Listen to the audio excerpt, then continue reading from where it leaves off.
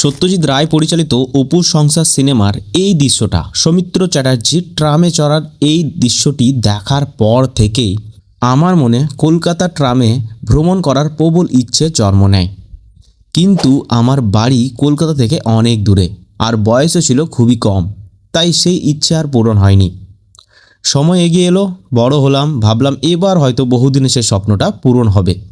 কিন্তু ভাগ্যে যেন অন্য কিছুই লিখে রেখেছিলাম। আমি যাওয়ার আগেই কলকাতার বুক থেকে একের পর এক ট্রাম পরিষেবা উঠে যেতে শুরু করলো। শেষ পর্যন্ত 2024 সালে নিয়মিত ট্রাম পরিষেবা কার্যত বন্ধ হয়ে গেল।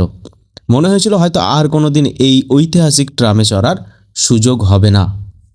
কিন্তু সম্প্রতি একটি খবর যেন নতুন করে আশার আলো দেখিয়েছে।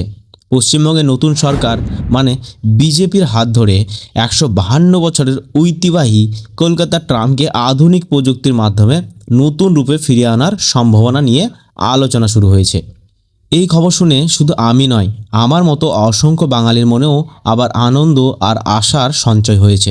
একসময় বিভিন্ন পরিবহন সমস্যা, জঞ্জাট, রাস্তার চাপ এবং আর্থিক কারণে গত প্রায় 1.5 দশক ধরে কলকাতায় একের পর এক ট্রাম রুট বন্ধ হয়ে যায়।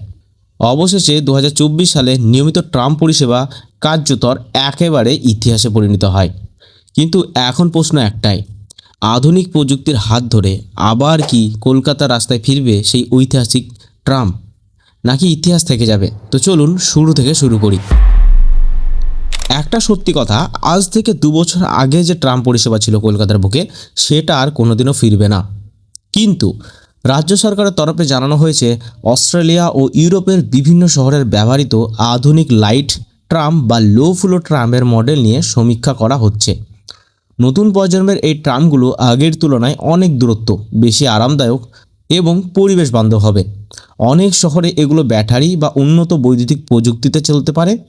আজ বিশ্বের বহু শহর যেমন ফ্রান্স, জার্মানি, স্পেন, অস্ট্রেলিয়া বিভিন্ন নগরে ট্রামকে আবার নগর পরিবহনের গুরুত্বপূর্ণ অংশ হিসেবে ফিরিয়ে আনা হয়েছে।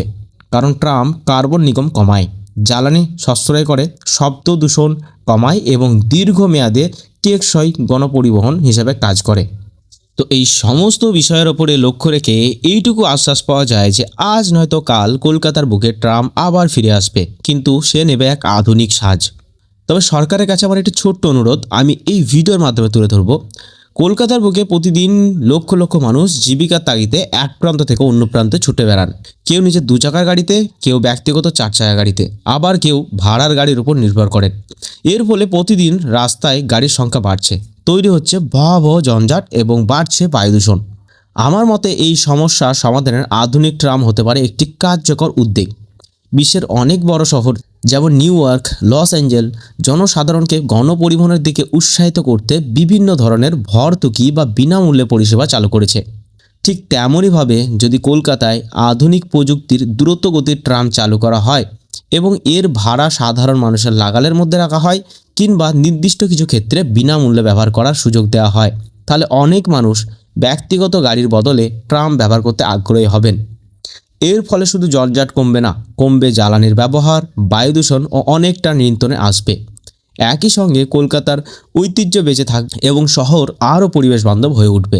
ট্রাম পরিষেবা শুধু কলকাতার ইতিহাস নয়, ভবিষ্যতেরও একটি টেকসই গণপরিবহন হতে পারে, যদি সঠিক পরিকল্পনা ও আধুনিক প্রযুক্তির সঙ্গে তাকে নতুন করে গড়ে তোলা যায়। এবার এটাই দেখা বাকি যে বিজেপি এই প্রতিশ্রুতি কতটা পূরণ বা সার্থক করতে পারে। তো কলকাতার বুকে আধুনিক ট্রাম চালানোর সম্ভাবনা অনেক বেশি। এবার হাতে সময় নিয়ে যাবেন তো নতুন সাজে আধুনিক ট্রাম ভ্রমণে। ধন্যবাদ।